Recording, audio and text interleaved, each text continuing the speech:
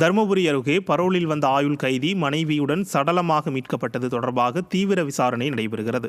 மதிகோன்பாளையம் கிராமத்தைச் சேர்ந்த ரமேஷ்குமார் என்பவர் கொலை வழக்கில் ஆயுள் தண்டனை பெற்றிருந்த நிலையில் கடந்த ஏப்ரல் 3ஆம் தேதி பரோலில் வந்தார். இந்த நிலையில் குண்டலப்பட்டி தனியார் விடுதி ஒன்றில் அவர் தனது மனைவியுடன் சடலமாக கண்டெடுக்கப்பட்டார்.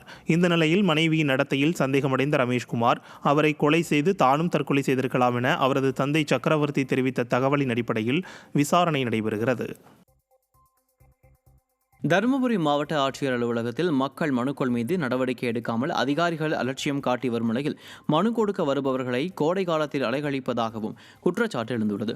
ஆட்சியர் அலுவலகத்தில் திங்கட்கிழமை தோறும் மக்கள் குறைதீர் கூட்டம் நடைபெறும் நிலையில் பொதுமக்களின் புகார் மீது நடவடிக்கை எடுக்காமல் அதிகாரிகள் காலம் தாழ்த்துவதால் விரக்தியடைந்த புகார்தாரர்கள் ஆட்சியாளர்களின் கவனத்தை ஈர்க்க தற்கொலை முயற்சி, தர்ணா என நூதன போராட்டத்தில் ஈடுபடுவது தொடர்கதையாகிவிட்டது. இது தொடர்பான செய்திகள் வெளியாவதை தடுக்க ஆட்சியர் அலுவலகத்திற்கு வரும் புகார்தாரர்களை சோதனைக்குட்படுத்துவதும் குடிநீர் உள்ளிட்ட அடிப்படை வசதிகளை நிறைவேற்றாததாலும் மக்கள் மிகுந்த அவதிக்குள்ளாகியுள்ளதாக விமர்சனம் எழுந்துள்ளது.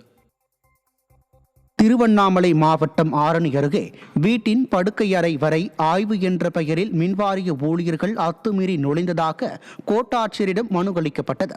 எஸ்வி நகரில் உள்ள லோகேஸ்வரன் என்பவரின் வீட்டிற்கு ஆய்வு என்று கூறி ஒரே வாரத்தில் 4 முறை மின்வாரிய அதிகாரிகள் வந்ததாக குற்றம் சாட்டப்பட்டுள்ளது.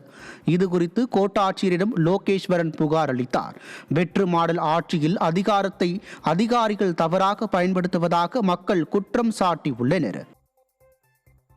புதுக்கோட்டை மாவட்டம் பொன்னமராவதி அருகே கண்டியானத்தம் கிராமத்திற்கு முறையான பேருந்து வசதி இல்லை என அப்பகுதி மக்கள் குற்றம் சாட்டியுள்ளனர். இக்கிராமத்தின் வழியாக மொத்தமாக 2 பேருந்துகள் மட்டுமே செல்வதால் கடும் இன்னலுக்கு ஆளாவதாக குற்றச்சாட்டு எழுந்துள்ளது. பலமுறை இதுகுறித்து புகார் அளித்தும் எவ்வித நடவடிக்கையும் இல்லை எனவும், விடியா ஸ்டாலின் ஆட்சியில் மக்களின் குரல்களுக்கு மதிப்பளிக்கப்படுவதில்லை என்றும் மக்கள் வேதனை தெரிவிக்கின்றனர்.